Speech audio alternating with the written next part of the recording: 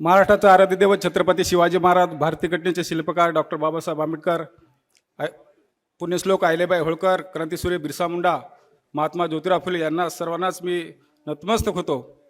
आजच्या या कळमनुरी मतदारसंघामधील या प्रचार सभेला उपस्थित आमचे कुटुंब प्रमुख माजी मुख्यमंत्री उद्धवसाहेब ठाकरे साहेब, या कार्यक्रमाला उपस्थित असलेले आमचे नेते तेजस्वी ठाकरे, या मंचावर उपस्थित असलेले दांडेगावकर साहेब, प्रज्ञाताई सातव, सर्वच मान्यवर साहेब, सर्वप्रथम मी आपल्याला धन्यवाद देतो की माझ्यासारख्या सामान्य कार्यकर्त्यावर आपण विश्वास दाखवला.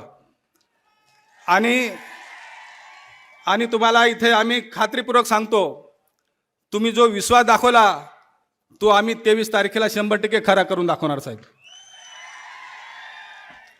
कारण तुम्हाला जो गद्दार झाला तो अक्षरशः नाटक आहे.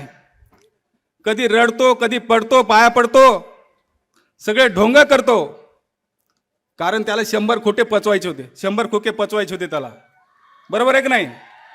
100 खोके खाल्ले का नाही त्यानं? आणि आता ते 100 खोकेच आपल्या लाडक्या बहिणीला वाटतो तो.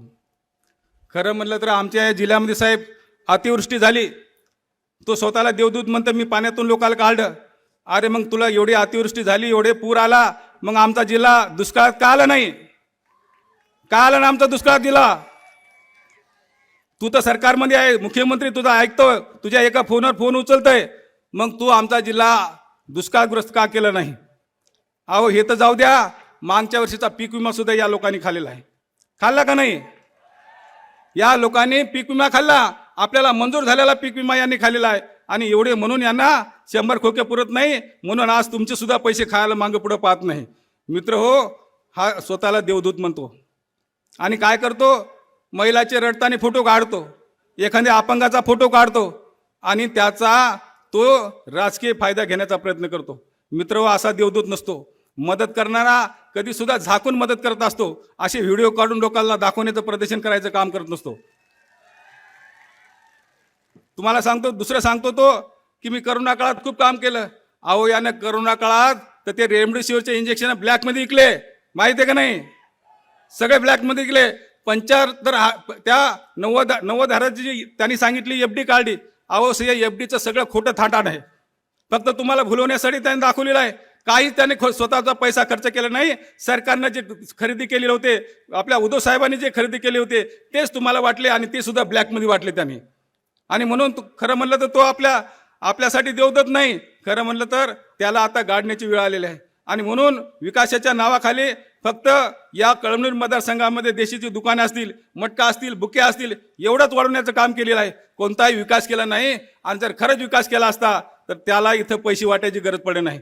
मी तुम्हाला सर्वांना खात्रीपूर्वक सांगतो, उद्धव साहेब आपल्या पाठीमागे आहेत. किती पैसे आण, किती ट्रकानं पैसे वाट, परंतु तू निवडून येणार नाही म्हणजे निवडून येणार नाही. आणि म्हणून आज आपण पाहिलं असेल की सोयाबीनला आपला भाव नाही, आपल्याला एखादी कर्जमाफी झाली नाही.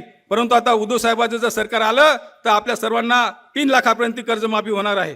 आणि म्हणून उद्धव साहेबांच्या पाठीमागे आपण भक्कम राहिलंय. साहेब मी एक आश्वासन दिलं, मागच्या 5 वर्षात या आमदाराची प्रॉपर्टी फक्त 85 लाख होती, आता जवळपास 10,000 कोटीच्या वरी झाली असं सांगायला लोक. मी तर यांना सांगितलं की पहिली ईडी यांची लावल. साहेब आपण मुख्यमंत्री झाले ना, पहिल्यांदा याला जेलमध्ये टाका, तुम्ही पहिल्यांदा जेलमध्ये टाका. आणि म्हणून दुसरं साहेब महत्त्वाचा विषय आहे की आमच्या मतदारसंघात सिंचनाचा प्रॉब्लेम आहे. जो आमच्या इकडे वरी खरबीचा बंधारा होतो आणि ते आमचं पाणी इसारपूरमध्ये वळवले जाते, ते पाणी आम्हालाच या नदीमध्ये मिळालं पाहिजे. यासाठी आपण साहेब प्रयत्न करा. एवढंच बोलतो आणि थांबतो. जय हिंद, जय महाराष्ट्र.